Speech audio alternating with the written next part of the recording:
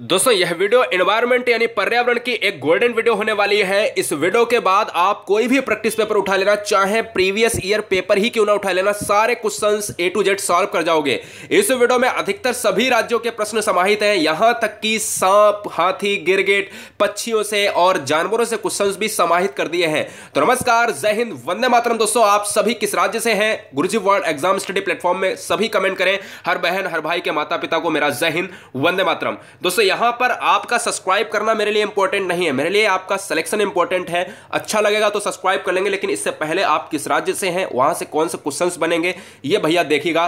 बहुत interesting video है और आपके शहर से भी क्वेश्चंस बनेंगे। यह वीडियो सीटेट के लिए बहुत ही लाभकर होगी और ऐसे ही सारे स्टेट के एग्जाम्स जो राज्य में लगे हैं सारी वीडियोस एक एक बना दूंगा, ठीक है।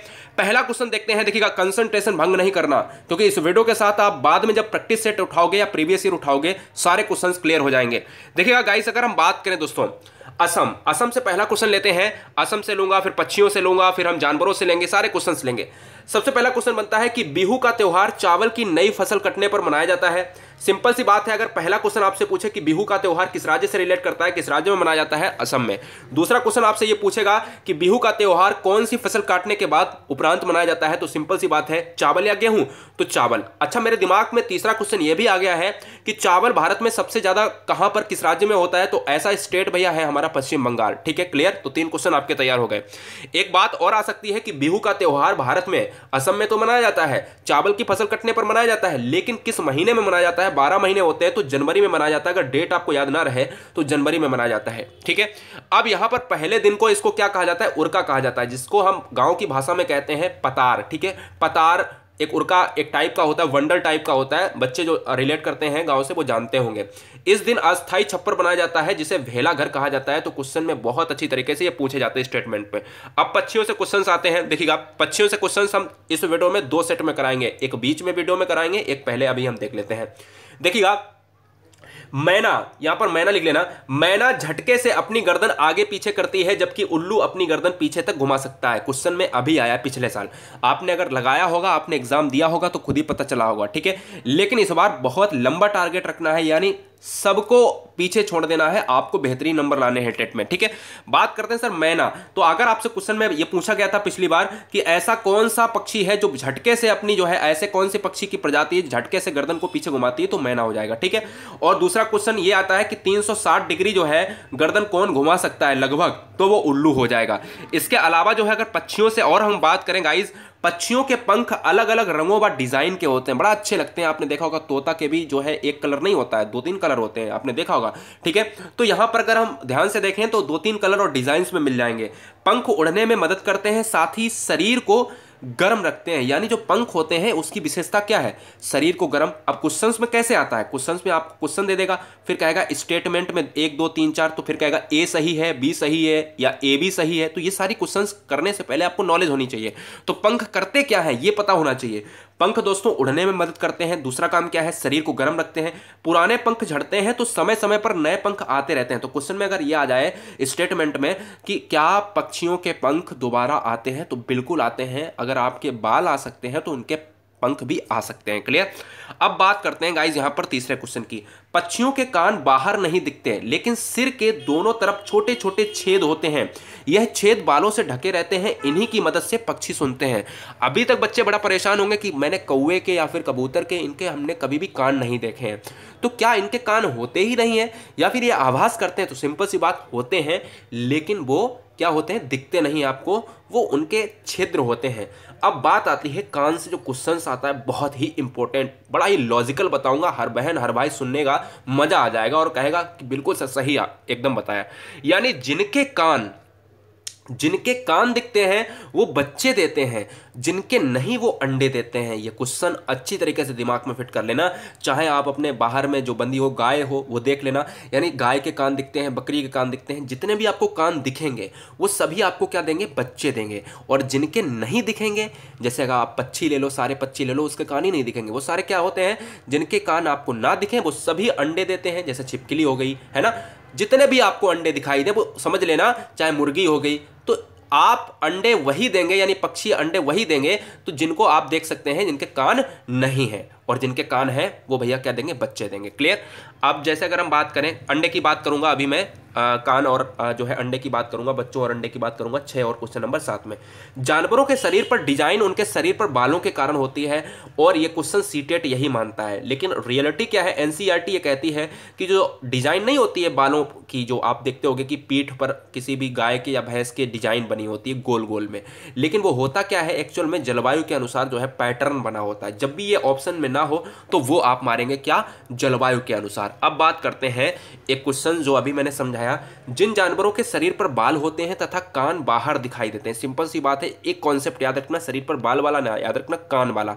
अगर कान आपको दिखाई देते हैं वह जानवर बच्चे देते हैं, जैसे कुत्ता के भी हैं, बिल्ली के, सियार के, गाय के, भैंस के, है ना, बकरी के, है ना। और दूसरा क्वेश्चन आपसे ये पूछा जाता है गाइस कि जिन जानवरों के कान बाहर दिखाई नहीं देते हैं तथा शरीर पर बाल भी नहीं होते, तो मुझे इससे नहीं मतलब, मुझे ये मतलब है कान दिखाई दे रहे हैं तो बच्चा, कान दिखाई नहीं दे रहा है तो भैया क्या देते हैं, अंडा देते हैं, जैसे छिपकली, मेढक इत्यादि। क्लियर। ये कॉन्सेप्ट 7 कॉन्सेप्ट आपके क्लियर हो गए। अब हम चलते हैं जहां से हाथियों से क्वेश्चंस आते हैं, बहुत सारे, बहुत ज्यादा यहां से क्वेश्चंस पूछे जाते हैं। जब भी सीटेट का आप प्रीवियस ईयर उठाओगे ना 2011 से, तो आप कहोगे सर मज़ा आ गया, हर क्वेश्चन सेट में हाथियों से क्वेश्चंस मिल गया, हर क्वेश्चन सेट में खेजड़ी राजस्थान से मिल जाएगा, हर क्वेश्चन सेट में आपको मधुबनी बिहार से चित्रकला मिल जाएगी, हर क्वेश्चन सेट में आपको अबू धाबी, जड़ें, ऐसे ही ओक वृक्ष मिल जाएगा। तो सिंपल सी बात है, हाथियों से जान लेते हैं, आज के बाद दोबारा नहीं पढ़ना पड़ेगा। एक वयस्क हाथी, इससे ज़्यादा आपको नहीं पढ़ना है, एक वयस्क हाथी एक दिन में 100 केजी से ज़्यादा पत्ते तथा झाड़ियाँ खा सकता है। क्वेश्चन आपसे डायरेक्ट नहीं पूछता है कि हाथी क्या खाता है, क्वेश्चन आपसे ये पूछता है कि पहला सही है, दूसरा सही है, तीसरा सही है, या सभी सही है, या ए भी सही है। अरे यार समझो पहले, हाथियों से क्वेश्चन जो बनते हैं, पहला है एक वयस्क हाथी एक दिन में 100 किलोग्राम पत्ते खा सकता है। ठीक है, एक यहाँ पर स्टेटमेंट तैयार हुआ है, एक क्वेश्चन अभी तक नहीं तैयार हुआ है, एक स्टेटमेंट तैयार हुआ है। हाथी एक दिन में केवल 2 से 4 घंटे सोता है। ठीक है, आपका ये कॉन्सेप्ट क्लियर होना चाहिए, ये कॉन्सेप्ट बार बार एग्जाम में आता है। दूसरा क्वेश्चन क्या है, हाथी को पानी तथा कीचड़ में क्या खेलना पसंद है, तो आप कहोगे कि बिल्कुल खेलना पसंद है। ये क्वेश्चन भी आपको स्टेटमेंट में करना होगा। तो आपके 3 कॉन्सेप्ट अभी क्लियर हुए हैं, लेकिन अभी भी आपका पूरा क्वेश्चन हाथी से संबंधित सही सॉल्व नहीं हुआ है। अब कहते हैं कि हाथी के कान पंखों की तरह होते हैं, उन्हें हिलाकर हवा का कार्य करता है। तो आपसे अगर क्वेश्चन स्टेटमेंट में पूछे कि क्या हाथी अपने पंखों को हवा के लिए हिलाता है, तो नीचे ऑप्शंस होंगे, क्या ए सही है, बिल्कुल सर सही है। तो यानी वाकई में हवा के लिए काम करते हैं ये। अब बात आती है यहाँ पर कि मुखिया कौन होता है या उनका वजन क्या होता है। सुनिएगा, एक हाथी की बात करें तो 3 माह का हाथी के बच्चे का अगर वजन की बात करें तो 300 केजी होता है। हाथी झुंड में रहना पसंद करते हैं। हाथियों के झुंड में केवल हथनियां और उनके छोटे बच्चे होते हैं। तो सिंपल सी बात है, अगर पूछी जाए कि क्या हाथियों के झुंड में क्या हथनियां होती हैं, तो सिंपल सी बात है बिल्कुल। और हाथी के झुंड में मुखिया आखिर कौन होता है, तो याद रखना है झुंड की मुखिया बूढ़ी हथनी होती है, यानी फीमेल कैंडिडेट की बात कर रहा है गाइस। ठीक है, तो यहां पर याद रखना है कि हाथी में अगर हम मुखिया की बात करें तो वो फीमेल ही जाएगी, और वो भी सबसे एजेड होगी। क्लियर, ये याद रखना। और बच्चे का वजन कितना होता है, 300 केजी होता है। एक झुंड में 10 से 12 हथनी तथा उनके बच्चे होते हैं। हाथी 10 से 15 वर्ष तक ही झुंड में रहता है, फिर वह झुंड छोड़ देता है, अकेले रहने लगता है। हथनियां झुंड में रहती हैं, ना कि हाथी अकेले रहता है। हाथी देखिएगा यहाँ पर लिखा है 10 से 12 हथनियां होती तथा उनके बच्चे होते हैं। बच्चों में तो मेल और फीमेल दोनों आ जाएंगे, लेकिन ये 10 से 15 वर्ष तक इसमें जो है मेल कैंडिडेट रहता है, और फिर क्या कहता है, ये झुंड छोड़ देता है और अकेले मस्त आदमी तरीके से मस्त से रहता है। ठीक है, तो दिमाग में रखना है। अब बात करते हैं गाइस, बगुला से एक क्वेश्चन लेते हैं। बगुला भैंस की पीठ पर बैठता है, किस लिए बैठता है, ये क्वेश्चन आया हुआ है। क्योंकि सूक्ष्म जीवों को खाता है, इससे भैंस को भी फायदा होता है, और इसे सहजीवी कहते हैं। ठीक है, तो बस इतना याद रखना, बगुला क्या करता है बैठ के। बगुला बैठ के केवल सूक्ष्म जीवों को खाता है, ठीक है। भैंस को इसलिए फायदा होता है कि भैया उसको भी आराम मिलती है और बगुला भी पेट भर लेता है, ठीक है, ये याद रखिएगा। बात करते हैं गाइस यहाँ पर एक और क्वेश्चन लेते हैं हाथी से। हाथी परेशानी में एक दूसरे की मदद करते हैं तथा अपने बच्चों की देखभाल और सुरक्षा के लिए एक दूसरे का साथ देते हैं। हाथी की बात करिए मेल कैंडिडेट की, ठीक है, ये क्वेश्चन छूट गया था। अब हम राजस्थान से, बच्चे जितने राजस्थान से हैं जरा कमेंट करें। राजस्थान में खेजड़ी से क्वेश्चन बहुत आता है, खेजड़ी वृक्ष सुना होगा, लेकिन क्या बच्चे ये जानते हैं कि खेजड़िया एक या खेजड़ी, ठीक है, तो सिंपल सी बात है, वहां पर एक गांव का नाम है, क्या, खेजड़ी जो है नामक गांव है, यानी विलेज एरिया है राजस्थान के जोधपुर में। राजस्थान की राजधानी की अगर हम बात करूं, जयपुर की बात आती है, यहीं सर पिंक सिटी की बात आ जाती है। तो मुझे ये कमेंट करके बताओ कि जयपुर को क्या कहते हैं, किस नाम से जानते हैं। अच्छा ये भी यही बता दो अच्छा अलग से कि पिंक सिटी किसको कहते हैं। तो सिंपल सी अगर हम बात करें, राजस्थान के जोधपुर में है, यानी ये खेजडली नामक गाँव, और गाँव का नाम खेजडली या खेजड़ली है ना। यहाँ पर पाए जाने वाले वृक्षों जिसे खेजड़ी के नाम से जाना जाता है। सिंपल सी बात है, अब समझ गए कॉन्सेप्ट पूरा। तो कहाँ पर है, जोधपुर में है, नाम क्या है, खेजडली, ठीक है, ये सिंपल सी बात। अब बात आती है कि खेजडली गांव के लोग बिश्नोई कहलाते हैं। बिश्नोई पेड़ों तथा जानवरों की रक्षा करते हैं। तो ये बिश्नोई परिवार क्या करता है सर, पेड़ों तथा जानवरों की रक्षा करते हैं, क्लियर, याद रखिएगा। खेजड़ी वृक्ष राजस्थान के इलाके में पाए जाते हैं। क्वेश्चन में ये बार बार एग्जाम में आया है कि खेजड़ी वृक्ष जो होते हैं वो किस इलाके में है, असम वाले इलाके में, राजस्थान और या फिर जो है गुजरात वाले इलाके में, ठीक है। और कभी कभी तो एग्जाम में जो है आपको दूसरे देशों के नाम भी दे देता है। तो राजस्थानी इलाके में जहाँ पर पानी बहुत कम होता है। इस वृक्ष को ज़्यादा पानी की आवश्यकता नहीं होती है, क्योंकि पहले से ही लिखा है राजस्थानी इलाके में पाया जाता है। इस वृक्ष की छाल जो है दवा के काम में आती है, और इस वृक्ष की लकड़ी जो है कीड़े, इस वृक्ष की लकड़ी में क्या करते होते हैं, कीड़े नहीं लगते हैं, ठीक है, क्योंकि पहले ही लिखा है कि यह जो लकड़ी है या जो छाल है वो दवा के काम में आती है, यानी मेडिसिन के रूप में आती है, ठीक है। इस वृक्ष से फलियां प्राप्त होती हैं जिससे सब्जियां बनाई जाती हैं। क्या सर, फलियां प्राप्त होती हैं जिससे सब्जियां बनाई जाती हैं। ये सीटेट एग्जाम में स्टेटमेंट में क्वेश्चंस आते हैं, तो ये सीटेट एग्जाम के लिए बहुत इंपॉर्टेंट वीडियो है। जो बच्चा बिहार से है कमेंट करें नीचे कि बिहार से बच्चा कैंडिडेट कौन कौन से हैं। हर बहन हर भाई का स्वागत है। देखिए अब बिहार से जो क्वेश्चंस आते हैं, क्या आते हैं, ये क्वेश्चंस है बिहार के, और बारे बहुत सारे क्वेश्चंस लेंगे। अनीता कुशवाहा एक बिहार की मुजफ्फरनगर जिले की रहने वाली हैं। अनीता कुशवाहा से क्वेश्चंस आए हैं। अनीता एक चमकता सितारा है जिसे स्टार गर्ल कहा जाता है। क्वेश्चन में क्या आया है कि किसे जो है स्टार गर्ल के नाम से जाना जाता है, तो बिहार की अनीता कुशवाहा को, ठीक है। और बिहार की अनीता कुशवाहा है कहाँ पर, कहाँ से हैं, मुजफ्फरनगर जिले से हैं, ठीक है, मुजफ्फरपुर जिले से हैं। अब बात करते हैं स्टार गर्ल जिसे अनीता कहा जाता है, यानी अनीता कुशवाहा। स्टार गर्ल वो लड़की होती है जो स्कूल पहुंचकर अपनी जो है अपने आप अपनी ज़िंदगी बदल चुकी होती हैं। यानी स्कूल पहुंचकर स्कूल में अपना ही मतलब सर्वोच्च, जिसमें परिवार की कोई भी भागीदारी नहीं है, अपने दम पर जिन्होंने करा, अपने ही पैरों पर खड़े होकर जो किया है वो अनीता ने करा है, और एक बिहार की लड़की है, ठीक है, याद रखिएगा। अब बात करते हैं RTE से। राइट टू एजुकेशन एक्ट 2009 में 6 से 14 साल के सभी बच्चों को मुफ्त अनिवार्य शिक्षा का अधिकार देता है। तो क्वेश्चन में ये आया है कि 2009, मैंने RTE को अलग से भी पढ़ा है गाइस, ठीक है, ये भी अच्छी तरीके से आप जानते हो। तो अगर आपसे क्वेश्चन पूछा जाए कि RTE का फुल फॉर्म, तो राइट टू एजुकेशन कब आया, 2009 में आया। दूसरा क्वेश्चन तीसरा ये है कि कितने साल के बच्चों के लिए है, तो आपका 6 to 14, क्लियर। हाँ जी, 86 में संविधान संशोधन की भी बात होती है। मधुमक्खी से क्वेश्चन लेते हैं। मुजफ्फरपुर की बात आती है, और मुजफ्फरपुर से कितने लोग हैं जरा कमेंट करें।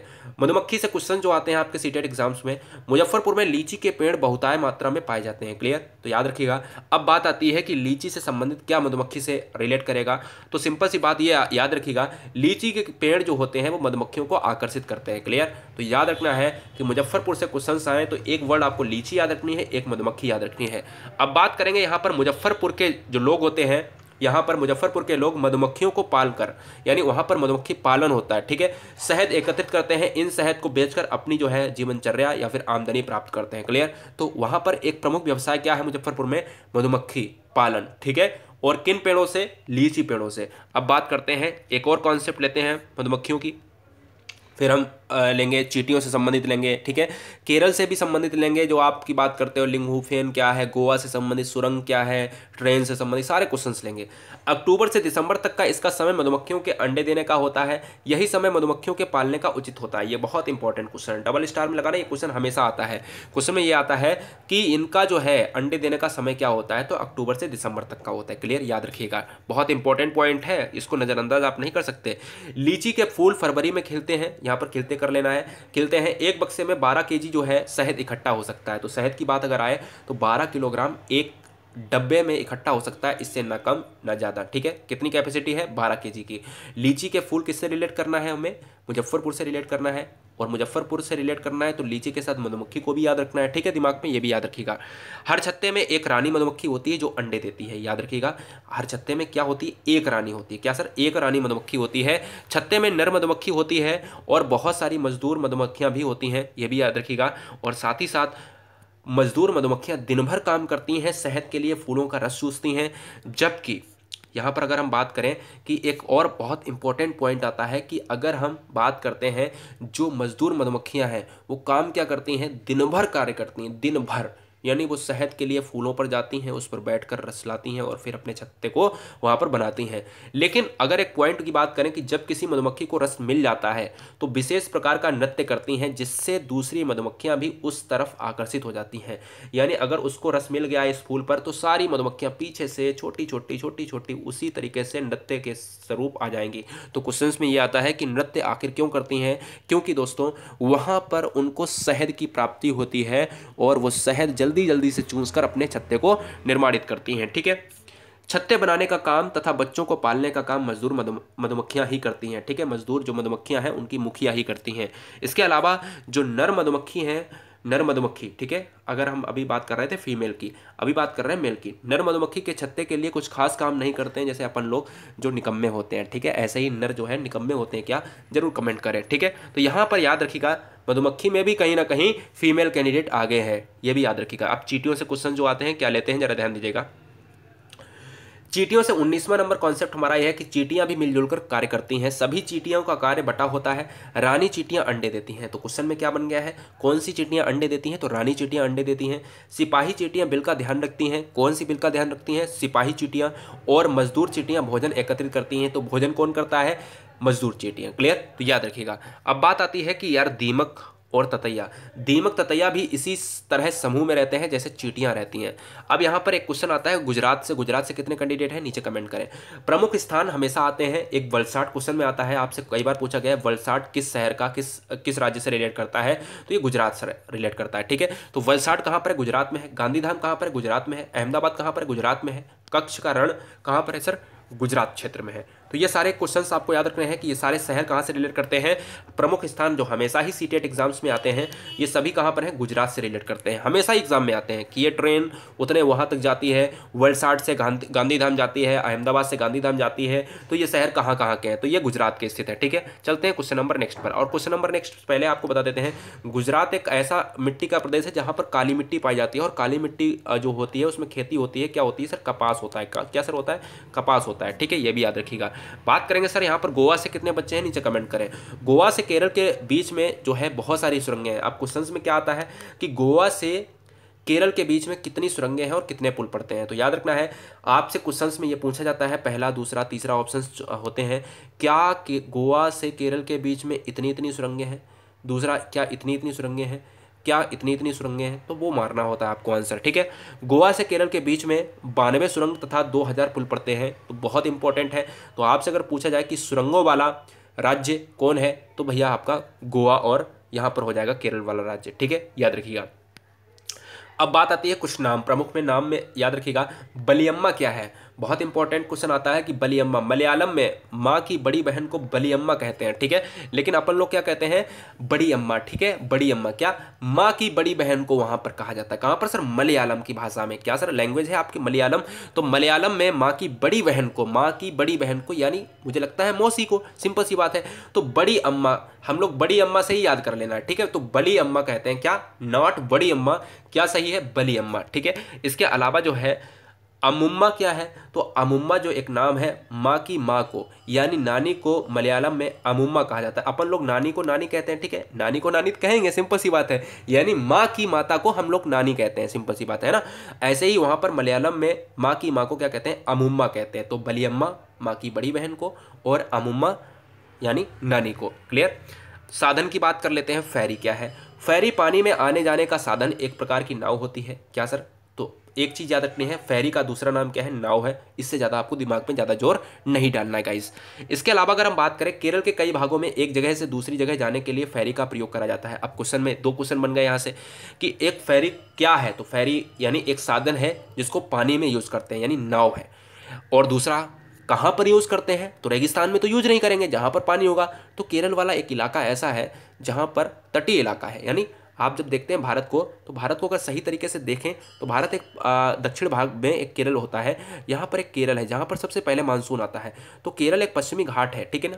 और पश्चिमी घाट यानी ये पूरा इलाका एरेबियन तट से लगा हुआ है, पानी है, तो यहाँ पर बहुत सारी नाव चलती हैं, ठीक है। तो याद रखिएगा जो फेरी है वो रिलेट कहाँ से है, कर्नाटक से है, और ये जो है आपका एक प्रकार का साधन है।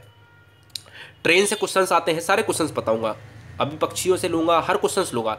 ट्रेन से क्वेश्चंस क्या आते हैं, रेलवे टाइम टेबल से हम कई जानकारियां इकट्ठा करते हैं, बिल्कुल करते हैं। जैसे ट्रेन कब आएगी, कब पहुंचेगी, कितने जो है यात्रा में कितना समय लगेगा, ठीक है। यानी अगर हम ए से जाने पर बी अगर हम जाते हैं तो हम देखते हैं कि दूरी कितनी है और फिर उसमें समय कितना लगेगा, ये भी आपको लिखा होता है। साथ ही साथ किराया भी लिखा होता है अगर आप ट्रेन की टिकट खरीदते हैं, ठीक है। यात्रा में कितना समय लगेगा, किराया कितना लगेगा, ये सब आदि लिखा होता है टाइम टेबल में। इसके अलावा अगर हम बात करें, गांधीधाम गुजरात से नागरकोइल केरल के बीच ट्रेन द्वारा तय की गई दूरी 2649 किलोमीटर है। दोनों के बीच 14 स्टेशन पड़ते हैं। ये क्वेश्चन बार बार एग्जाम में आया है कि गांधीधाम गुजरात से नागरकोइल यानी केरल के बीच में जो ट्रेन की दूरी है वो कितनी है, 2649 है और 14 स्टेशन है। दोस्तों ये पता है, ये क्वेश्चन हमेशा सीटेट में दक्षिण भारत से क्वेश्चन लाए जाते हैं और गुजरात आपका यहाँ पर पड़ता है, ठीक है, और केरल यहाँ पर पड़ता है। तो यहाँ पर अगर जाने के लिए हम याद रखना है, क्वेश्चन में कई बार ये भी आया है कि आपसे अगर भारत की बात करें, तो भारत की बात करें तो यहाँ पर गुजरात होता है, यहाँ पर केरल होता है। कहता है कि कोई व्यक्ति जो है गुजरात से चलकर केरल जाता है तो वो किस दिशा में जा रहा है, तो याद रखना है ऊपर उत्तर होता है और नीचे जो है ऊपर नॉर्थ है, तो नीचे क्या हो, साउथ हो जाए। तो भैया यहाँ से अगर यहाँ जाएगा तो आप केरल की तरफ जाएगा तो भैया दक्षिण की तरफ होगा, और अगर केरल से कहते कि भाई गुजरात में जाएगा तो भाई आपका गांधीधाम जाएगा तो वो नॉर्थ की तरफ यात्रा कर रहा है। अब शादी से 2 क्वेश्चंस लेते हैं। आंध्र प्रदेश यानी आंध्र प्रदेश से कितने बच्चे हैं कमेंट करें, और गुजरात से कितने बच्चे हैं कमेंट करें। आंध्र प्रदेश में लोगों द्वारा एक विशेष प्रकार का कैंप लगता है। इस कैंप में शादीशुदा लड़कियों को पुनः स्कूल भेजा जाता है ताकि वह अपनी अधूरी पढ़ाई को पूरा कर सकें। तो ये क्वेश्चन बहुत ही इंपॉर्टेंट है और बहुत ही अच्छा क्वेश्चन है, लॉजिकल क्वेश्चन है, ठीक है। कहाँ पर आपको केवल राज्य याद रखना है कि कब शादी के बाद एक कैंप लगता है जिसमें शादीशुदा जो लड़कियां हैं, अब किसी ने 12th के पेपर दिए हैं, 1 साल BA या BSc का कर रहा है, MSc MA कर रहा है, तो नहीं कर पाया, शादी हो गई, तो उनके लिए एक विशेष प्रकार का आंध्र प्रदेश में ये चीज़ें होती हैं। शादी से क्वेश्चन आता है, शादी है तो लड़की की उम्र 18 वर्ष होनी चाहिए, बिल्कुल सही बात है, और लड़के की उम्र 21 वर्ष होनी चाहिए, बिल्कुल सही बात है, ठीक है। ये आपका संविधान संशोधन भी कहता है, अच्छी तरीके से इस क्वेश्चन को नोट कर लीजिएगा। साथ ही साथ आप प्रमुख चेहरा की बात करें जो क्वेश्चन हमेशा आता है, कर्णम मल्लेश्वरी। कर्णम मल्लेश्वरी एक वेट लिफ्टर है। क्या सर, एक याद रखना है, जैसा विराट कोहली क्रिकेटर है, सचिन तेंदुलकर क्रिकेटर है, ठीक है। ऐसे ही अगर हम बात करें, बहुत सारे, सानिया मिर्जा की बात करें टेनिस से रिलेट करेगा, शारापोवा की बात करें टेनिस से रिलेट करेगा, जोकोविच की बात करें टेनिस से रिलेट करेगा, जो एक सर्बिया खिलाड़ी हैं। कर्णम मल्लेश्वरी एक वेट लिफ्टर है, यह आंध्र प्रदेश की रहने वाली है। क्वेश्चन में बार बार आया है, कर्णम मल्लेश्वरी एक जो है वेट लिफ्टर है, पहला ऑप्शन होता है। दूसरा होता है कि यह एक आंध्र प्रदेश की खिलाड़ी है, और तीसरा होता है यह कितने वर्ग की हैं, तो 130 किलोग्राम तक की वर्ग की खिलाड़ी है, यानी यह वजन उठा लेती हैं। अब बात आती है, इन्होंने क्या कर दिया, पहले क्वेश्चन के ऑप्शंस में दे दिया कर्णम मल्लेश्वरी एक वेट लिफ्टर है, और दूसरे क्वेश्चन में इन्होंने गलत कर दिया कि यह उत्तर प्रदेश की खिलाड़ी है, और तीसरा क्वेश्चन इन्होंने सही कर दिया, यह 130 वर्ग किलोग्राम की है। तो याद रखिएगा, आपके ऑप्शंस में ऐसे पूछता है कि ए सही है या AB सही है या A और C सही है, तब भैया A और C हो जाएगा, यानी 1 और 3 सही हो जाएगा। तो दोस्तों पूरी नॉलेज आपकी होनी चाहिए। इन्होंने 130 kg तक वजन उठा रखा है, यानी 130 kg वर्ग में ये शामिल है। इन्होंने भारत के बाहर 29 मेडल जीते हैं। ये वीडियो बाद में अगर बनेगी, इसके बाद भी बहुत सारे कर्णम मल्लेश्वरी जो है आएंगी, यानी बहुत सारी जो है खेल खेलेंगी, तो कहीं ना कहीं वेट लिफ्टिंग में ये ज़्यादा पदक ले आएंगी, ठीक है। उत्तराखंड से कितने बच्चे हैं दोस्तों, यहाँ पर सभी बहन सभी भाई नीचे कमेंट करें। यूके बोले तो उत्तराखंड। फूलों की घाटी उत्तराखंड में है, जबकि शांत घाटी केरल में है। ये हमने आपको बताया है, बार बार एग्जाम में यहाँ पर कराया हुआ है, ठीक है गाइस। अगर हम बात करें चित्रकारी, बिहार से बच्चे हमने देखे हैं। सबसे पहले अगर हम बात करें बिहार से कितने बच्चे हैं, नीचे कमेंट करेंगे। हर बहन हर भाई कमेंट करेगा बिहार से। जो क्वेश्चन हमेशा ट्रेंडिंग में रहता है, मधुबनी चित्रकारी क्या है। देखिएगा, मधुबनी चित्रकारी की बहुत ही प्राचीन प्रथा है। यह बिहार में मधुबनी नामक एक जिला में काफ़ी प्रचलित है। तो क्वेश्चन में ये आता है कि मधुबनी चित्रकारी, पहला क्वेश्चन आपसे ये आता है कि किस राज्य से, तो बिहार से, ठीक है। और मधुबनी नामक है क्या? मधुबनी एक जिला है, उसी के नाम पर पड़ी है मधुबनी चित्रकारी। क्लियर, ये याद रखिएगा। और जैसे हम खेजड़ी की बात करते थे राजस्थान में, यहाँ त्योहारों पर घर की दीवारें, आंगन में विशेष चित्र बनाया जाता है, इसलिए इस चित्र का नाम मधुबनी पड़ा है। अभी क्वेश्चन पूरा नहीं हुआ है मधुबनी से। मधुबनी में अब क्वेश्चंस का क्रेज बढ़ता है आगे और कहता है चलो ठीक है, मधुबनी एक चित्रकारी है, मधुबनी एक जिला है, अभी तक इतना जाना, लेकिन मधुबनी में क्या होता है? मधुबनी चित्र बनाने के लिए प्राकृतिक रंग रूप पाए जाते हैं और प्राकृतिक यानी प्राकृतिक सौंदर्य को दर्शाया जाता है। लेकिन यह दर्शाया कैसे जाता है? क्या पेंट से दर्शाया जाता है? क्या ब्रश से दर्शाया जाता है? जी नहीं। चित्र में पिसे हुए चावल का यूज़ करा जाता है। जो चित्र बनाए जाते हैं, पेंटिंग बनाई जाती है, उसमें कोई भी पेंट यहाँ पर यूज़ नहीं होता है, यानी चावल का घोल का पेंट बनाया जाता है, ठीक है, और मिलाकर बनाया जाता है। रंग बनाने के लिए हल्दी, गुड़हल, नीम, फूल, पेड़ों का रंग का इस्तेमाल किया जाता है और घोल दिया जाता है चावल के साथ। तो क्वेश्चन में ये आता है मधुबनी चित्रकारी कहाँ की है? बिहार की है, ठीक है, जिला बिहार का ही है मधुबनी। और साथ ही साथ याद रखना है रंग का उपयोग जो होता है वो चावल का घोल होता है, जिसमें नील होती है, गुड़हल होता है, फूल होता है, प्राकृतिक सौंदर्य दर्शाया जाता है। मधुबनी चित्रकारी में एक और क्वेश्चन बनता है कि मधुबनी चित्रकारी में चित्र पर फूल, पक्षी, मछलियाँ जो फिशेज होती हैं और अन्य कई जीव जंतु आदि प्रकृति का चित्रण झलकता है। तो कुल मिलाकर एक चीज़ दिमाग में आई होगी, पक्षी क्यों दर्शाए जाते हैं, मछलियाँ, फूल, जीव, ये सभी पर्यावरण, एनवायरनमेंट से रिलेट करते हैं। कहीं ना कहीं बेहतरीन बनती होगी, बहुत ही और अगर किसी को ये मिल जाए तो मुझे देखना है, ठीक है, तो मुझे ज़रूर सेंड करें व्हाट्सएप या फिर फेसबुक पर, ठीक है, फेसबुक पर आप देख सकते हैं या फिर इंस्टा पर। तो मधुबनी चित्रकारी बहुत ही ज़्यादा ही फेमस है इंडिया में और बिहार के बच्चे इसको अच्छी तरीके से जानते होंगे। फूलों का उपयोग दवाई में किया जाता है, अच्छी तरीके से ये आप जानते हो कहीं ना कहीं। अब बात करते हैं यूपी की। उत्तर प्रदेश में कचनार के फूलों की सब्जी बनाई जाती है। क्वेश्चन में बार बार आता है कि महाराष्ट्र में कौन सी सब्जी बनती है, यूपी में कौन सी सब्जी बनती है। तो कचनार के फूलों की सब्जी बनती है यूपी में, ये याद रखिएगा अच्छी तरीके से। तो यूपी वाले बच्चे जल्दी से कमेंट करें, यूपी वाले बच्चे बहुत हैं, कमेंट करें किस राज्य से हैं, किस जिले से हैं। केरल में सब्जी, अगर हम बात करें यूपी में कचनार है तो केरल में केले की फूल की सब्जी बनती है। याद रखना है, के से के याद रखना है, बहुत ही इंपॉर्टेंट है। आपको ABCD करके दिखा होता है, 1 2 3, तो मिलाना होता है उसमें ऐसे करके। तो यूपी में आपको मिला देना है कचनार, केरल से केले मिला देने हैं, ठीक है। और इसी तरीके से महाराष्ट्र में कौन सी सब्जी बनती है? तो महाराष्ट्र में सहजन के सहयोग की पकौड़ी बनती है, यानी सहजन के पत्तों की, ठीक है। तो सहजन के पत्तों की पकौड़ी बनती है महाराष्ट्र में। तो क्वेश्चन में अगर सहजन की बात आए तो महाराष्ट्र, केले की बात आए तो केरल, और कचनार की बात आए तो उत्तर प्रदेश। तो कचनार वाले कितने बच्चे हैं कमेंट करें, और केले वाले कितने बच्चे हैं जो केले की फूल की सब्जी यानी केरल से रिलेट करते हैं, वो कितने बच्चे हैं यहाँ पर, और महाराष्ट्र वाले हमारे कितने बहन भाई हैं, नीचे कमेंट करें गाइस।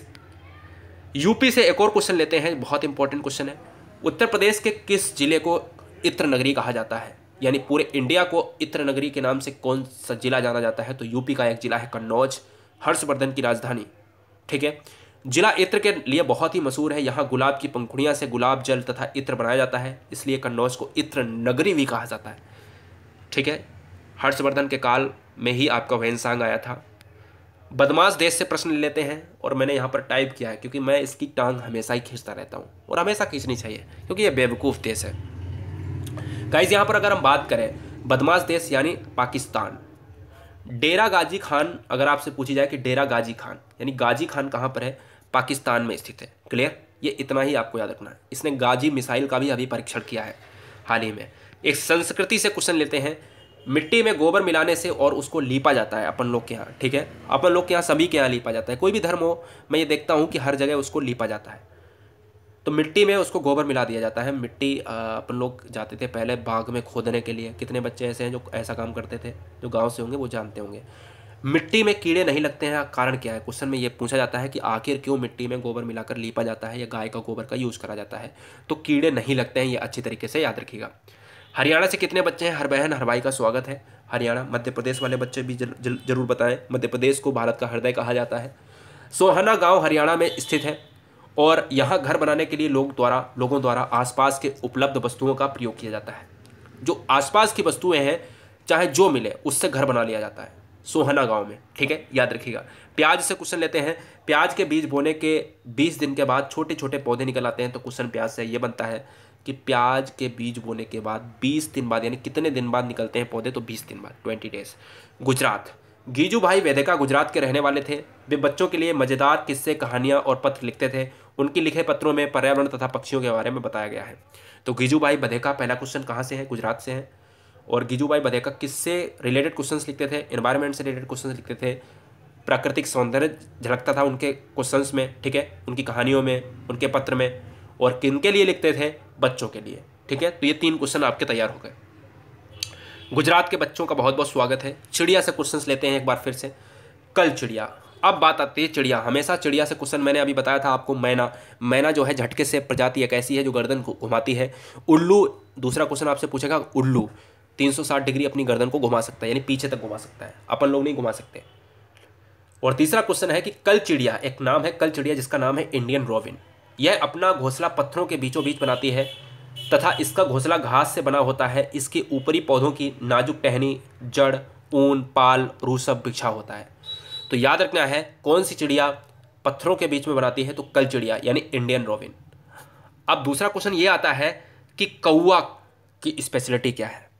कौवा अपना घोंसला लोहे के तार, यानी क्वेश्चन में बार बार एग्जाम में आया है कि ऐसा कौन सा पक्षी है जिसके घोंसले में लोहे के तार मिलते हैं, और ऐसा कौन सा पक्षी है, दूसरा क्वेश्चन ऐसे भी बहुत बार एग्जाम में सीटेट में पूछा गया है कि ऐसा कौन सा पक्षी है जो सबसे ऊंची डाल पर, यानी सबसे ऊंची, आप जब भी देखोगे ना बहुत लंबा पेड़ चला जाएगा और लास्ट की जो टहनी होगी ना सबसे ऊंचा, वहीं पर कौवा बनाता है। बहुत चालाक होता है। तो लोहे की तार पर तथा लकड़ी की शाखाओं जैसी चीज़ों से बनाता है। कौवा पेड़ की ऊंची डाल पर अपना घोंसला बनाता है, सबसे ऊंची डाल पर। यानी एक क्वेश्चन याद रखना है, लोहे के तार कौन यूज करता है, कौवा यूज करता है। और लकड़ी शाखाओं से बनाता है, मजबूत बनाता है। कौवा पेड़ की ऊंची डाल पर घोंसला बनाता है। अब बात आती है कोयल की। कोयल अपना घोंसला कभी नहीं बनाती है तथा अपना अंडा कौवे के घोंसले में देती है। कौवे अपने अंडे के साथ कोयल के अंडे को भी सेता है, और जैसे ही वो बोलती है कू कू, वैसे ही कौवा उन बच्चों को छोड़ देता है। यानी तब तक वो बच्चे बड़े हो चुके होते हैं। कौवा समझता है कि मेरे बच्चे हैं, लेकिन आखिर ऐसा होता ही नहीं है।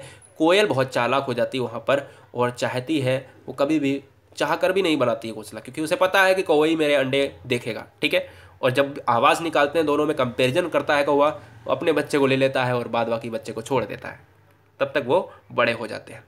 फाख्ता की अगर हम बात करें, फाख्ता पक्षी अपना घोंसला कैक्टस के कांटों के बीच में। अगर हम बात करें इंडियन रोबिन, तो भैया आपकी पत्थरों के बीच में। कौवे की स्पेशलिटी बताई, कोयल की स्पेशलिटी बताई, मैना की बताई, उल्लू की बताई। और फाख्ता जो हमेशा क्वेश्चन आता है कि कैक्टस के कांटों के बीच में कौन अपना घोंसला बनाता है, तो फाख्ता बनाता है। तथा मेहंदी की मेड़ पे बनाता है। ये भी अच्छी तरीके से याद रखना, बहुत अच्छा क्वेश्चन है। अब बात करेंगे दोस्तों गौरैया, बहुत इंपॉर्टेंट क्वेश्चन। गौरैया आमतौर पर घर में या आसपास कहीं भी घोंसला बना लेती है, अलमारी के पीछे, दरवाजे के पीछे इत्यादि। गौरैया चिड़िया छोटी चिड़िया होती है, आपने देखा होगा, है ना, सिंपल सी बात है। और कहीं भी बना सकती गौरैया। इसको मैना से रिलेट मत करना, नहीं तो आप कंफ्यूज हो जाओ। कबूतर की बात करें, कबूतर भी ऐसी जगह अपना घोंसला बनाता है जैसे पुराने मकानों में या खंडहरों में। हर जगह ये घोंसला बनाते हैं, लेकिन एक शांत वातावरण में कबूतर रहना पसंद करता है। जैसे कुआं की बात करें, कुएं में बहुत ज़्यादा रहते हैं, है ना, तो कुएं में जाके एकदम होल में जाके बना लेंगे। या फिर आपके जो है ऐसा जहाँ पर कोई रहता नहीं है, या स्कूलों में बना लेते हैं, छुट्टी हो जाती है उसके बाद उनको शांत वातावरण मिल जाता है, ठीक है। तो याद रखिएगा। बसंत गौरी की बात करें तो बसंत गौरी पेड़ के तने में गहरा छेद करके उसमें अंडे देती है। यानी बसंत गौरी जो होती है, पेड़ का तना, पेड़ में ही वो छेद कर देती है, ठीक है। तो याद रखिएगा, पेड़ के जो पेड़ होता है उसका तना होता है, उसमें छेद कर देती है। इतनी जो है चोंच उसकी वैसी होती है, और उसमें जो है छेद कर करके उस जगह बना के उसमें जो है क्या कर लेती है, अंडे दे देती है। एक चिड़िया होती है दर्जिन।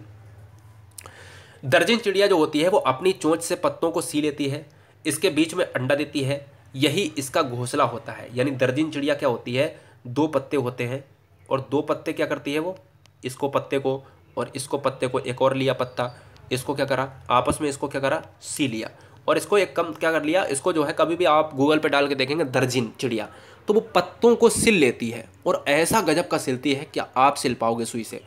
और उनमें क्या करती है, अंडे दे देती है और घोंसला बना लेती है। मैंने कहा जिनके कान नहीं दिखते हैं वो अंडे देते हैं, और जिनके कान दिखते हैं वो बच्चे देते हैं। Clear clear.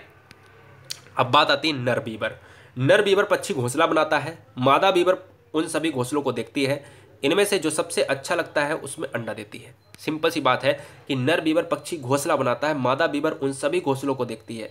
और बहुत सारे जो है एक बार जो अंडे देती है ना मादा, तो क्या करता है, नर का काम होता है 4 5 6 10 इतने सारे घोंसले बना देती है, और सबसे अच्छा मजबूत होता है उसमें उसको चुन लेती है, उसी में अंडे दे देती है। क्लियर, याद रखिएगा। शकरखोरा बहुत बार एग्जाम में आपको आता है, हमेशा ही आता है। शकरखोरा यह पक्षी पेड़ की डाली पर अपना लटकता घोंसला बनाता है। इसका घोंसला बाल, बारीक घास, पतली टहनियाँ, सूखे पत्ते, पेड़ की छाल या टुकड़े और कपड़े की चीथड़ों से बनती है। तो क्वेश्चन में अगर आए कि कांटे और कटीले तार, लोहे के तार किस में होते हैं, तो कौवे के घोंसले में होते हैं। अगर आए कि कपड़े किसके घोंसले में मिलते हैं, तो शकरखोरा पक्षी में मिलते हैं। अगर क्वेश्चन ये आए कि ऐसी कौन सी चिड़िया है जो उस पत्ते को सी के बनाती है घोंसला, वो दर्जन चिड़िया है। शकरखोरा कपड़े का इस्तेमाल करती है, ठीक है। और शकरखोरा यह पक्षी पेड़ की डाली पर अपना लटकता हुआ घोंसला बनाती है। आपने देखा होगा, बहुत सारे बच्चों ने देखा होगा, शकरखोरा वो पक्षी होता है जो एकदम से वो होता है जैसे नहीं बीन होती है, बीन, और इतना मजबूत घोंसला होता है, कांटों में बनाता है वो। और आपने देखा होगा तालाब के किनारे लटकते होंगे, ऐसे ही बीन टाइप के लटकते होते हैं, है ना, सिंपल सी बात है। तो वही बनाते हैं। कभी भी आप इन क्वेश्चंस के ऑप्शंस को अगर आप चेक करना चाहो इनके जो है घोंसले को, तो हर चिड़िया को आपको बस नाम डाल देना है गूगल पर, चाहे शकरखोरा, आपको उस पक्षी का घोंसला मिल जाएगा। जैसे आप भी तो अपने घर बनवाते हो और बिल्ली से क्वेश्चंस लेते हैं। बिल्ली के दांत नुकीले होते हैं, बिल्कुल होते हैं, जो मांस फाड़ने और काटने के काम आते हैं। बहुत इंपॉर्टेंट क्वेश्चन है, इसीलिए नुकीले होते हैं। गाय की बात करें, गाय के आगे के दांत छोटे होते हैं पत्तों को काटने के लिए, घास चबाने के लिए। पीछे के दांत चपटी और बड़े होते हैं, चपटे और बड़े होते हैं, याद रखिएगा। गाय का गोबर इस्तेमाल किया जाता है, क्वेश्चंस में बार बार आता है। क्यों किया जाता है? क्योंकि कीड़े और कीट और कीड़ों से बचाने के लिए, याद रखिएगा। सांप से क्वेश्चन जो आते हैं, देखो सांप से इंपॉर्टेंट बताना चाहूँगा, सांप जहरीला अजगर नहीं होता है।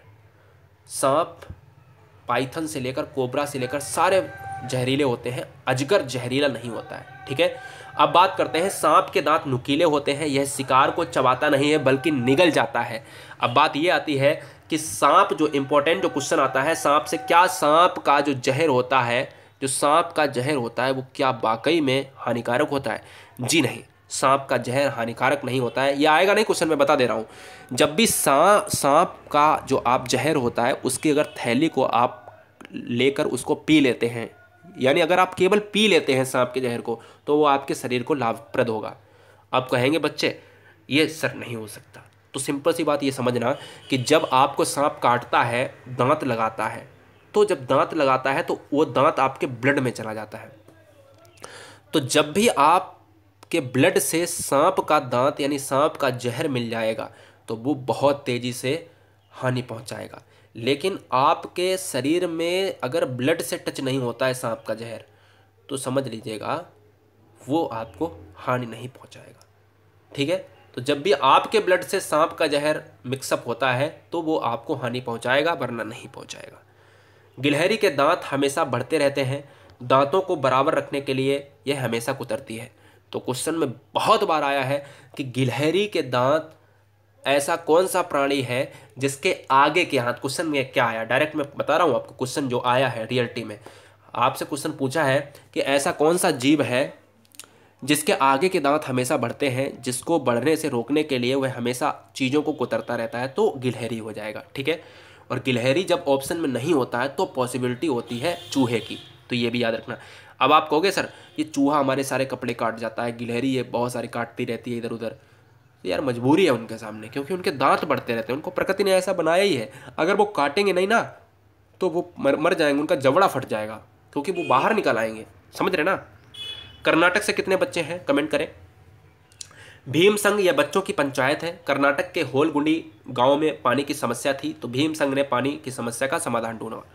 यानी भीम संघ कहाँ का एक क्षेत्र है, कहाँ का एक पंचायत है? कर्नाटक का है। दूसरा क्वेश्चन, कर्नाटक के किस गांव से? होलीकुंडी। और किस लिए ये जो है पंचायत है? क्योंकि पानी की समस्या थी, यानी वाटर प्रॉब्लम। ओक वृक्ष से बहुत सारा क्वेश्चन आता है और इस क्वेश्चन को हमेशा आपके एग्जाम में मिल जाएगा। रेगिस्तानी ओक, यह वृक्ष ऑस्ट्रेलिया में पाया जाता है। यह अपनी ऊंचाई के लगभग 30 गुना जमीन के नीचे फैलता है। पहला क्वेश्चन, ओक वृक्ष कहाँ पर पाया जाता है? ऑस्ट्रेलिया में। ओक वृक्ष की स्पेशलिटी क्या है? स्पेशलिटी ये है दूसरे क्वेश्चन की, रेगिस्तान में ये पाया जाता है। इसकी जड़ें ज़मीन में गहरी जाती हैं, बिल्कुल जाती हैं, जब तक कि पानी ना मिल जाए, यानी इतनी गहरी जड़ें जाती हैं कि उनको पानी ना मिल जाए। ये बिल्कुल रियलिटी है। तो क्वेश्चंस में ऑप्शंस में पहला ये होगा कि क्या ये ऑस्ट्रेलिया में, दूसरा इसकी क्या जो है जो जड़ें हैं वो गहरी जाती हैं जब तक पानी ना मिल जाए। तो आपसे पूछेगा नीचे जाके क्या ए सही है, बी सही है, या ए बी सही है, या बी सी सही है। तो इसको इसलिए इसको पूरा पढ़ना पड़ेगा, ठीक है। तो रेगिस्तान में ओक का वृक्ष कहाँ, ऑस्ट्रेलिया में 30 गुना फीट ज़मीन के नीचे फैली होती हैं, ठीक है, यहाँ पर फैला होता है। इसकी जड़ें जो है ज़मीन में गहरी जाती हैं जब तक पानी ना मिल जाए नीचे तक। और इस वृक्ष के पानी, यानी इस वृक्ष के पानी में, यहाँ पर सिंपल सी बात है, यहाँ पर अगर हम बात करें, थोड़ा सा यहाँ पर मिसप्रिंट है, लिखना क्या है आपको, इसको काट के ये लिखना है कि इनकी जड़ें नीचे तक जाती हैं जब तक पानी ना मिल जाए, और इन जड़ों में पानी होता है। लोग पानी इनको निकालकर पी लेते हैं, यानी पानी पाइप से पी लेते हैं, यानी जो जड़ें होती हैं उनसे पानी लोग खींच लेते हैं। ये अच्छी तरीके से आपको याद रखना है। तो क्या होता है, लोग क्या करते हैं, पानी कहाँ से निकालते हैं, जड़ों से निकालते हैं। तो यानी सिंपल सी बात है कि अगर जड़ें नीचे पाताल तक जाएंगी तो पानी उनमें होगा।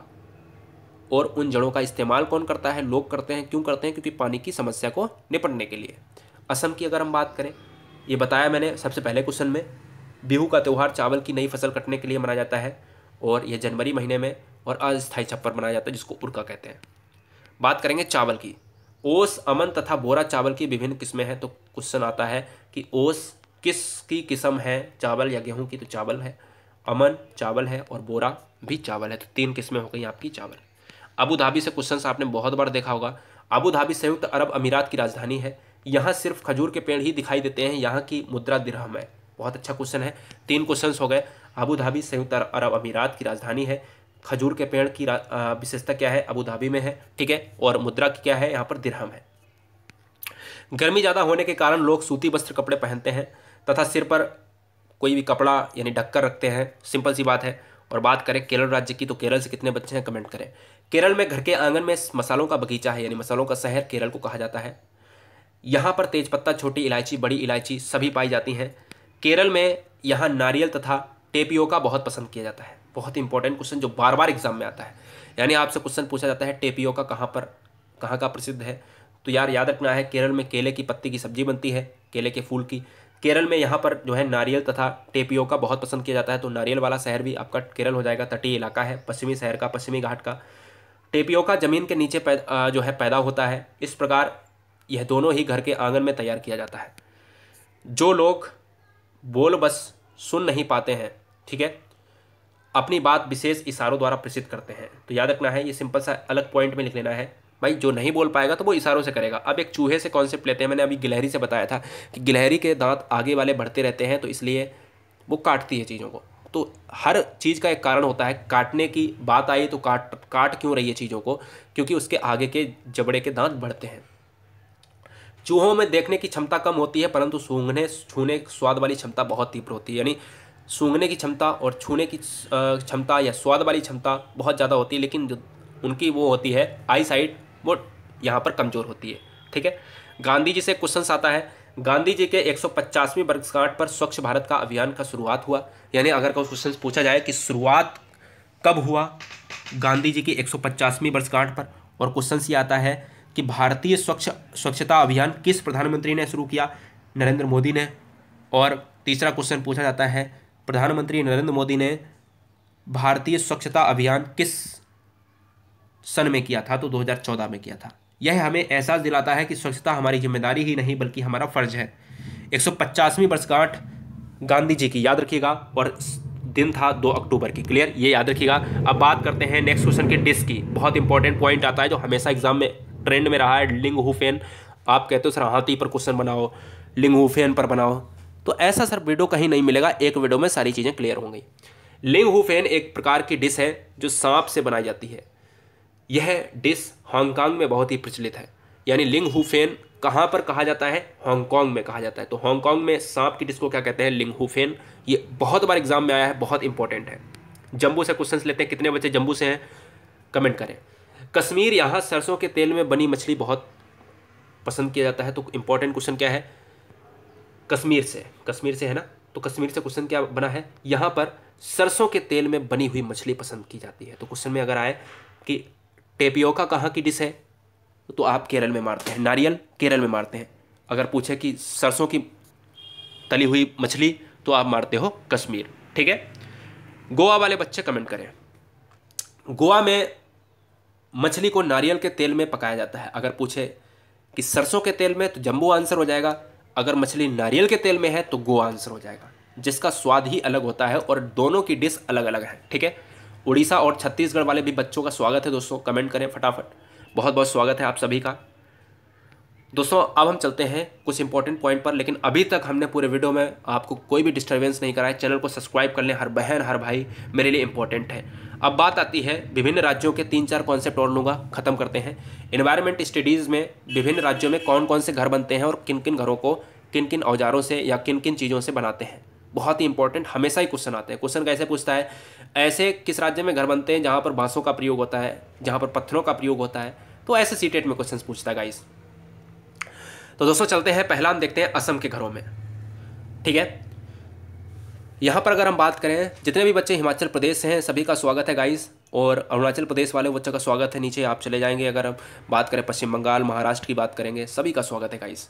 असम के घरों में क्या होता है, विशेषता क्या है, यहाँ बहुत वर्षा होती है, इसलिए यहाँ लगभग 10 से 12 फीट ऊंचाई पर घर बनाए जाते हैं। यहाँ बांस जो है, अगर घर बनाए जाते हैं तो किसी चीज़ का प्रयोग होता होगा, तो बांस के खम्भों पर घर बनाया जाता है। घर के अंदर भी लकड़ी का होता है। यानी अगर क्वेश्चन में ये आए कि ऐसे राज्य के घर जहाँ पर बांसों का यूज होता है वो कहाँ, वो असम के हो जाएंगे। ठीक है, याद रखिएगा।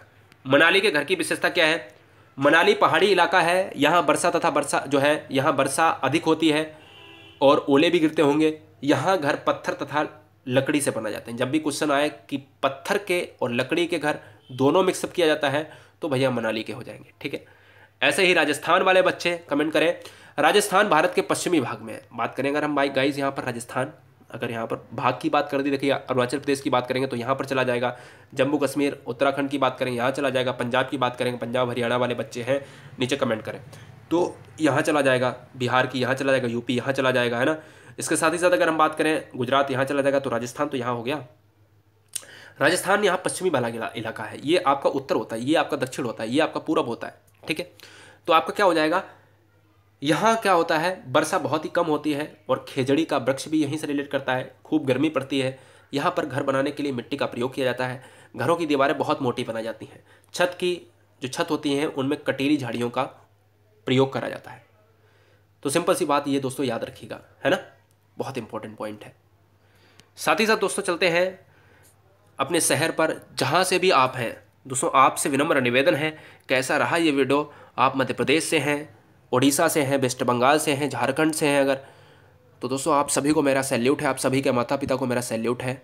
असम हो, चाहे आप ईटानगर राजधानी से हो, मिजोरम से हो गाइस, नागालैंड से हो, या फिर पंजाब हरियाणा गुजरात मध्य प्रदेश महाराष्ट्र उत्तर प्रदेश से हो, तमिलनाडु से हो गाइस, सभी का स्वागत है। पाकिस्तान से तो कोई नहीं है गाइस, ठीक है, क्योंकि वहाँ का मुझे ये बहुत ही ख़राब देश है, आप सभी जानते हो। अच्छा भैया सब्सक्राइब तो कर लेना, आप सभी से निवेदन है। जय हिंद, वंदे मातरम। यूँ ही मुस्कुराते रहिएगा, गला थोड़ा ख़राब है, आप साथ देंगे तो चीज़ें बिल्कुल आसान हो जाएंगी। चीज़ें बिल्कुल आसान तब होंगी जब आप टेंशन कम लोगे। टेंशन लेकर पढ़ाई करोगे तो आप अपना ही नुकसान कर रहे हैं गाइस। और अगर आप टेंशन को कम लेते हैं तो ज़्यादा खुश रहते हैं, और जितना ज़्यादा खुश रहेंगे गाइस उतनी जल्दी सिलेक्शन होगा गाइस। क्लियर। आप सभी के माता पिता को मैं खुश देखना चाहता हूँ, इसलिए आप सभी के लिए मैं ज़्यादा मेहनत नहीं करता हूँ, लेकिन आप सभी के माता पिता के लिए मैं बहुत ज़्यादा मेहनत करता हूँ। तो समझ रहे होंगे ना मेरा मोटिव क्या है गाइस, आपका परिवार और आपकी पीढ़ी को सुधारने का, जिसमें हम आपकी थोड़ी सी मदद करेंगे। 1% भी मेरे मदद का हिस्सा लग जाएगा ना, मैं अपने को धन्य मान लूँगा। जय हिंद, वंदे मातरम। आप सभी के परिवारों एवं माता पिता को एक बार फिर से जय हिंद, वंदे मातरम। इंकलाब जिंदाबाद, आदाब, सत श्री अकाल, जय महाकाल। वीडियो को लाइक और सब्सक्राइब करें, साथ ही साथ गुरुजी वर्ल्ड के टेलीग्राम से जरूर जुड़ें।